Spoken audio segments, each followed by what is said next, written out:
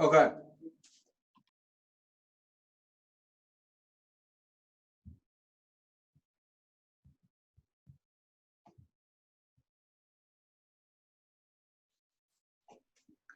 So we get this as our range equation, where R is range.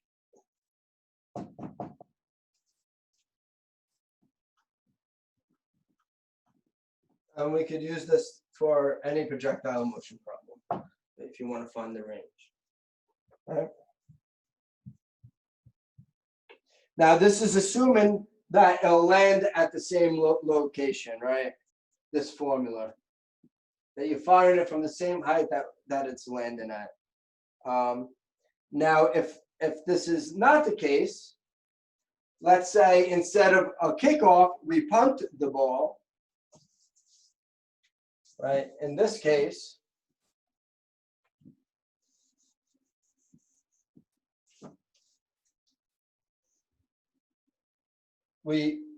our leg is, we kick it at about a meter high off the ground,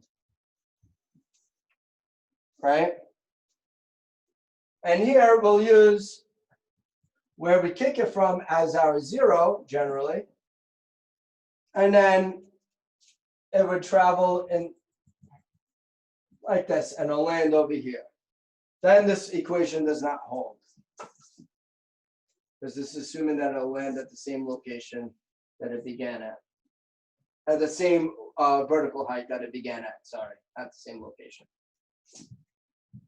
Right. And for this, and if we wanted to calculate it, we would just use, so we would start off with this formula. I just want to go over real quick.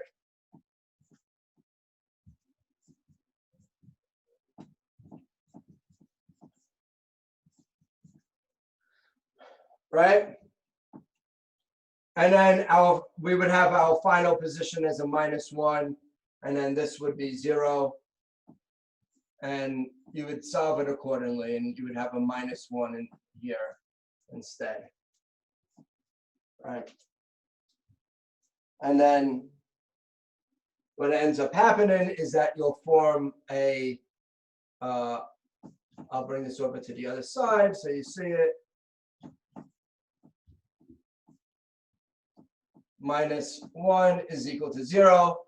This is a quadratic equation, which has a quadratic solution of, and then t would be,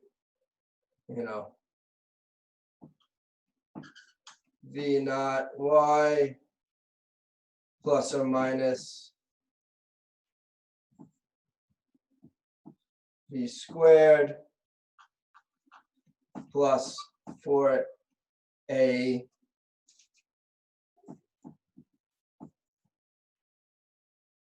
c divided by 2. Right, and you have this solution. So you have two solutions. And actually, if you look at it, one will be negative, right? Because this is v squared plus this quantity. So when we subtract it from here, this would give us a negative sign. And in this problem, a negative time refers to a time before we kick it, and that's not part of the problem. We start over here as we don't do negative time in this situation because we haven't started this, we haven't given this initial velocity yet. So we would only use this one value. And look at example 311, and they actually plug in numbers for this problem. And they give you the range and all that.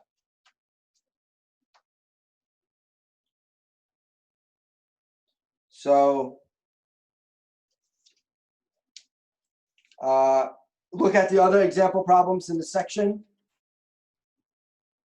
and review them. And we'll finish, we'll do relative velocity. So now velocity, right? if you're on a highway, right, you're traveling 60 miles an hour, right? Your velocity is relative to a person that's relative to the road, or a person standing on the road with zero velocity. So there's another car traveling next to you at 60 miles an hour. How fast do you see that car traveling at? Zero. It's not moving relative to you. If you are traveling the same speed relative to something else, right?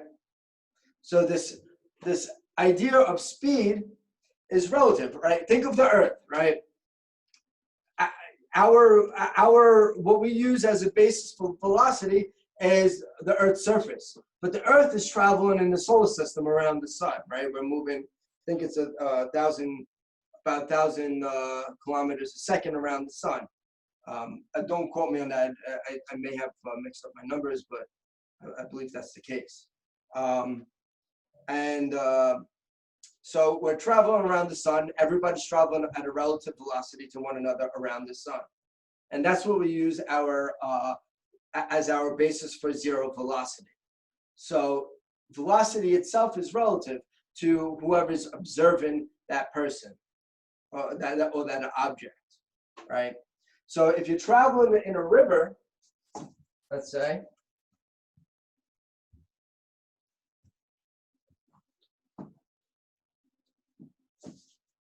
so let's say if we have a river and we want to cross that river, we're in a boat and we want to cross that river, right?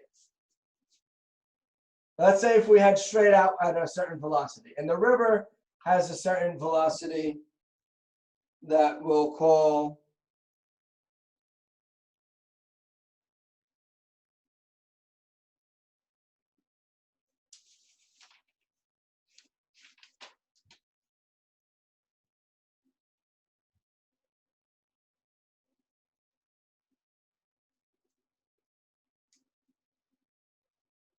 VWS. So I'm basing this off of example 3.14 and 3.15. So we have a certain velocity WS, right?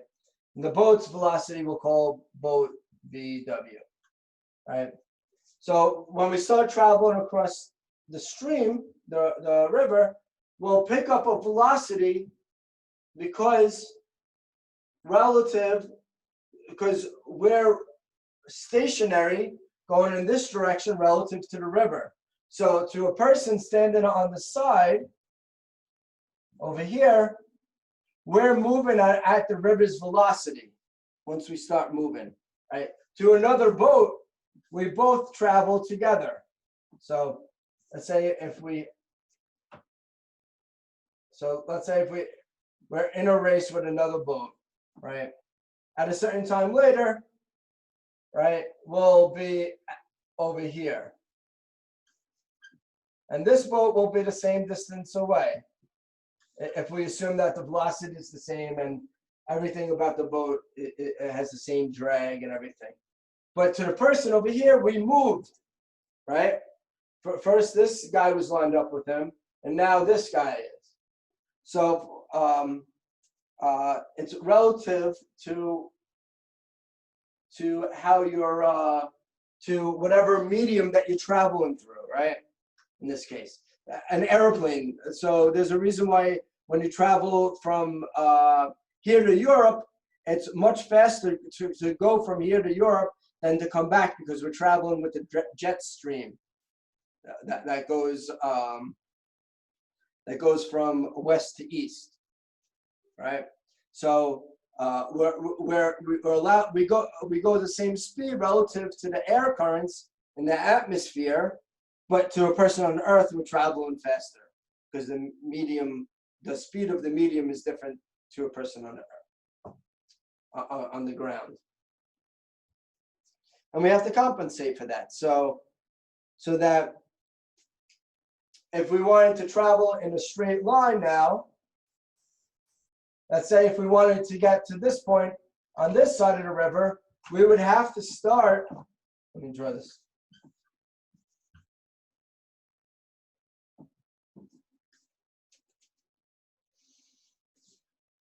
we would have to start like this at a certain angle, right? So that we can make it across, right? And this is VW, and then this component would have to be this Y component, or X, or X, depending on your variable choice, would have to be this. Okay? So we would have to travel at a certain angle.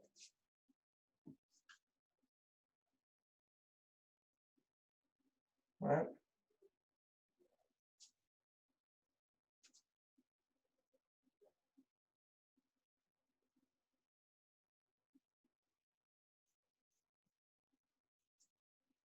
Right. To account for this. Please look over these problems and read 3.9, and I'll post another hour of chapter 4, and then it'll extend into Tuesday's lecture.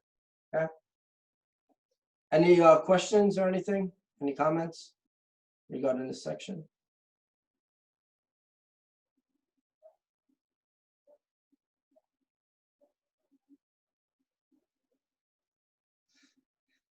I'm glad you're impressed with my artwork, Ashraf. Ash. I'll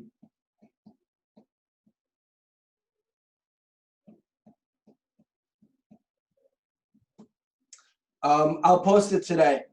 I'll post and I'll post Mondays. I don't think I posted, not Mondays, Tuesdays. I'll post Tuesdays and today's tonight. Okay. Any other questions?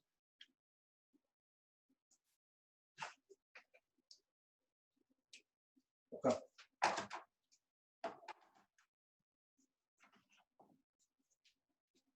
Take care, guys.